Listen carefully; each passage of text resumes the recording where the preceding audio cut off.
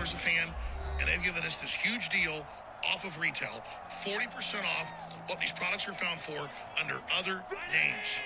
And not just under one name. They sell these under 3 or 4 other brands that other major distributors and suppliers have put out. The difference is we have it for 40% off what it is in stores. We're talking about Pain MD. We're talking about HGH Max Boost. We're talking about 1776 Testosterone Boost. These things are incredible. I would suggest you take half a dose or less when you first do and consult your healthcare provider because they're so powerful. Get them at InfoWarsStore.com. I have an extremely important message to all of my fellow Info Warriors here in the United States and around the world. We are so excited to announce InfoWars MD. It turns out the top company in the U.S. for supplements is owned by a Patriot. And it turns out they're willing to give us deals that no one else is getting because they want to support InfoWars and keep us on the air. This deal has been a year in the making, and finally the products are being brought to market. Up to 50% off what you get on top national brands that are the highest rated under the InfoWars label, InfoWars MD, exclusively at InfoWarsStore.com. Check out the first of 10 new products at InfoWarsStore.com. Whether it's turmeric or whether it's joint care or whether it is super greens, we have them all at InfoWarsStore.com under the banner of InfoWars MD. This is the best deal out there, and it keeps InfoWars on the air. InfoWars MD. Leading a frontal assault on the lies of the New World Order, it's Alex Jones.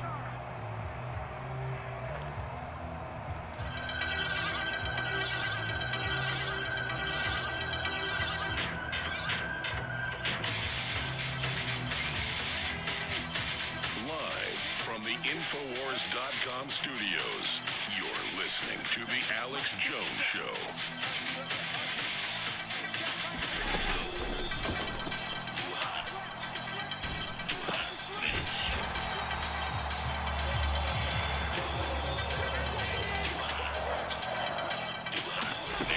There is no doubt. The evidence is overwhelming, and it's on record that we have a global corporate criminal coup taking place against populous free peoples across the world. From Europe to the UK to Canada to the United States to South America and places like Brazil to places all over Africa to the Caribbean and Haiti. We have in our face the big tech intelligence agency, think tank, PR firm, combines working feverishly around the clock to manipulate elections and to put out false information and to censor populist candidates and to promote riots at key points. And that's in the news.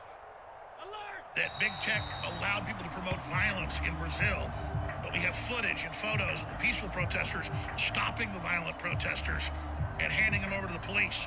But despite that, it's being blamed, just like January 6th, Ray Epps 2.0, on Bolsonaro, who was president up until 4 days ago, and who told people to not be violent. And the whole time he was president, they were not violent. But as soon as Lula gets in, they have only a few police guarding the Capitol, and then provocateurs break in. If you're a TV viewer, they were just showing some footage of Bolsonaro at a Publix grocery store, casually shopping with his family outside Orlando. And we have the Democratic Party leadership, right down to AOC, saying that they want him extradited, even though he's not been charged with crimes, for the riots that are ongoing in the capital city of Brazil. And just like January 6th, they're calling it an insurrection. They're calling it criminal. And it began when the million or so protesters showed up to the flimsy barricades, and you see a few police, like a dozen, just like January 6th, spray the crowd with pepper spray, enraging them, And then an angry crowd, some of the provocateurs, it's now been confirmed, begin to break through. And then once the Capitol and the presidential palace, as it's called, have been broken into by a few thousand people, hundreds of thousands then poured in to the complex. And again, if you're a radio listener, we're showing you all of this at Infowars.com/show. The broadcast is a simulcast of radio on television, so we can document everything we're saying and breaking down. I was not the first to simulcast radio on TV. I was the second. It was Don Imus that first did it, and I've been doing it since 1997. Other people that have webcams or occasionally go live, but we've been doing it since 97 because I like to document everything we're talking about and have it on record instead of me just being a talk show host telling you that this or that happened. Now, let's look at the angles of this. I don't know if this was purely provocateur.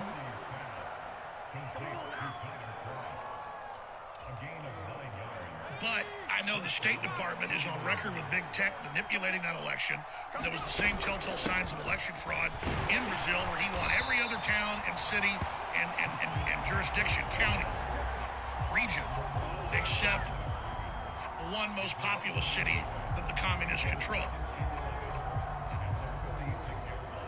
And we know they control the Supreme Court, the communists do. And the State Department admits they were down there with big tech, engaged in massive election meddling.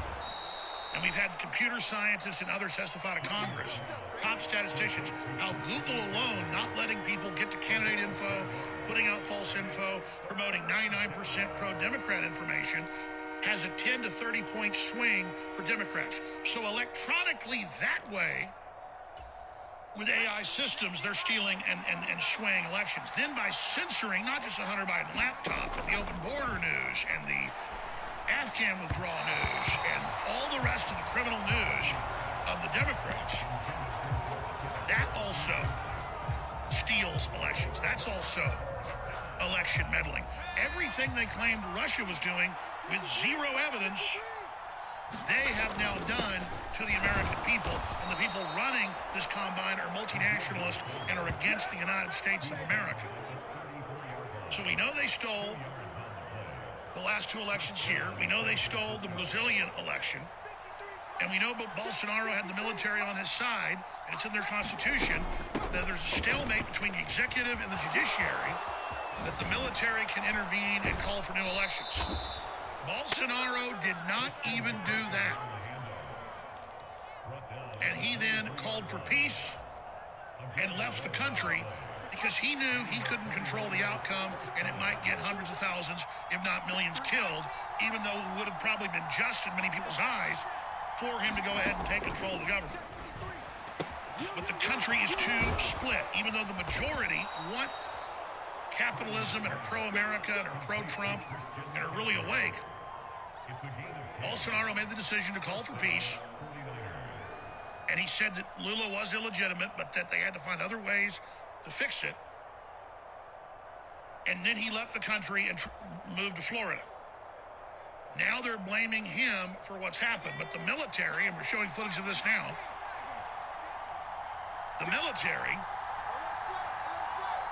has been siding with their tanks and the troops and has been blocking the police, the riot police, who have machine guns and tear gas, from attacking the peaceful crowds.